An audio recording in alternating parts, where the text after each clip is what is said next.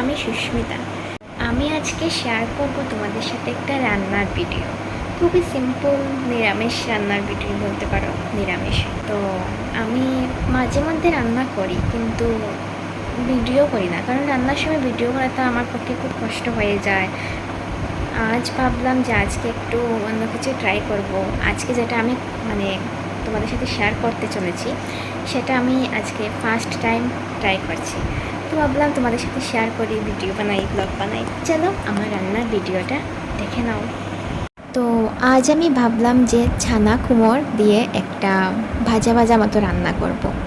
ঘরে পনিরও ছিল, কুমড়ো ছিল। তো আমি এখানে পনিরগুলোকে দেখো এইভাবে জিরা কাটার মতো কেটে নিয়েছি। পুরো ছোটো ছোটো করে কাটিনি, একদম জিরা কাটা হয়নি, একটু বড় বড়ই সাইজে রয়েছে।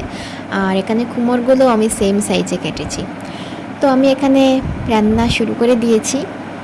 তো আমি কড়াইতে তেল দিলাম। দেন তেলটা গরম হয়ে গেলে আমি প্রথমে পনিরটাকে একটু নুন আর হলুদ দিয়ে ভেজে তুলে নিয়েছিলাম। যেহেতু আমি ফার্স্ট ট্রাই করছি, এই রকমের রান্নাটা আমি প্রথম করছি, তাই আমি পনিরটা একটু ভেজে নিয়েছিলাম হালকা করে। না ভেজেও রান্না করা যায়। আমি সেটা রান্না করার পর যখন খেতে বসেছি, তখন আমি সেটা রিয়েলাইজ করলাম যে নেক্সট টাইম আমি পনিরটা না ভেজে তারপর রান্না করব। ভাজলে পনিরটা শক্ত শক্ত মতো হয়ে যায়, আর কুমড়ের সাথে মেশ খায় না, আলগা আলগা হয়ে থাকে। আর যদি না ভেজে পনিরটা দিই, তখন কি হবে, পনিরটা পুরো কুমড়ের সাথে মিশ খাবে। সত্যি বলতে আমি পনিরটা ভাজা করেছিলাম এই কারণে, কারণ পনিরের আমি এরকমের শেপটা রাখতে চেয়েছিলাম। যদি না ভাজতাম তাহলে সেটা ভেঙে যেত।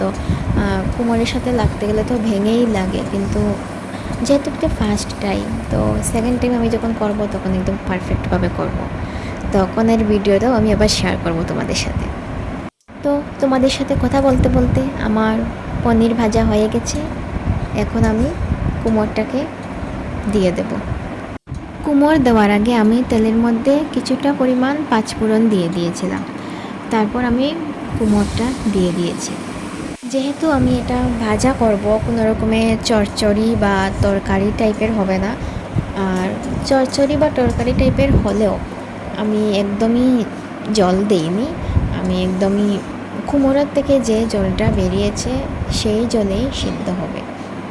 আমি খুব একটা রান্না করি না, মাঝে মধ্যে টুকটাক যখন আমার নিজের মনে হবে যে আমি এখন এটা বানিয়ে খাবো, তখন আমি আমার এই রেসিপিটা আমি নিজে বানিয়ে খাই। কিন্তু খাওয়ার সময় দেখি যে যেরকমটা ভেবেছিলাম সেরকমটা হয়নি। বাট আমি আগে যখন ছোটো থাকতে যখন আলুর তরকারি রান্না করতাম, আলুর তরকারি বলতে আলুর দম, এত টেস্টি হতো খেতে, এত টেস্টি হতো। আমার দাদু তো পুরো ফ্যান আমার রান্নার। উনি বলতেন যে আলুর তরকারিটা খুব স্বাদ হয়েছে, তুই আবার আলুর তরকারিটা কর। কিন্তু এখন আমি জানি না, এখন আমি কী রকমের রান্না করি, সত্যি বলতে আমার নিজেরই ভালো লাগে না এখন। যাই হোক, তো তোমাদের সাথে কথা বলতে বলতে আমার আবারও এখন এই কুমড়ের ভাজাটাও হয়ে গেল। তো এখানে কিছুটা মা লাড়া দিচ্ছিলেন, তার জন্য মায়ের হাত দেখা যাচ্ছিল।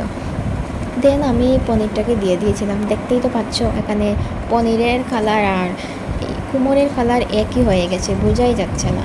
তো আমি একবার করলে তো বোঝা যায়, আমি তো ফার্স্ট টাইম করছি, সেকেন্ড টাইমে আরও ভালো হবে, লাস্টের টাইমে আরও ভালো হবে। তো আমি শেয়ার করব তোমাদের সাথে, তোমরা দেখতে পারবে।